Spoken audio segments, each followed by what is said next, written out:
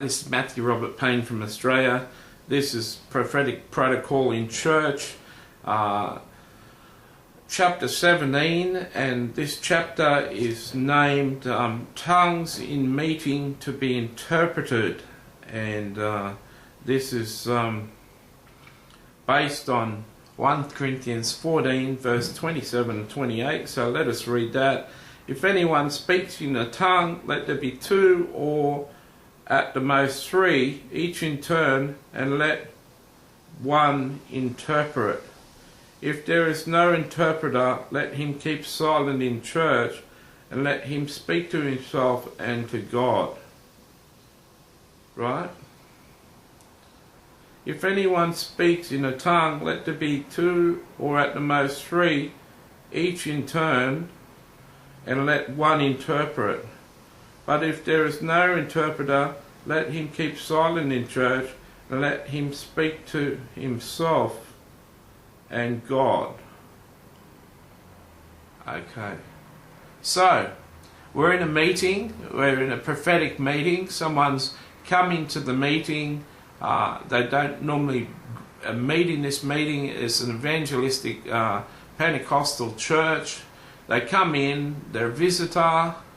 They're not aware if there's people in the church with the gift of interpretation, and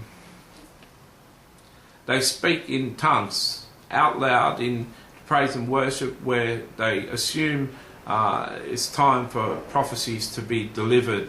Maybe a prophecy's been delivered, and they said now's the time, so they speak out in tongues, a message. Then there's silence, there's dead silence. No one interprets. That's okay. The person was a visitor, the church knows there's a visitor, and the church knows they've got no one gifted in interpretation, or no one had an interpretation of that tongue. A second person shouldn't speak in a tongue and hope for that to be interpreted. Similarly, if the first person spoke in tongues was a visitor or he was from the church, someone should interpret that tongue. Then a second person can speak and the same person interpret that tongue, and the third person speak and the same person interpret that tongue. That's what the Apostle Paul's saying. Now, it wouldn't take many weeks of that happening for you to be able to identify 2 or 3 or 5 or 6 people in your church with the gift of interpretation of tongues. So once you know you've got interpreters in the meeting, it's quite alright for you to prophesy in tongues, because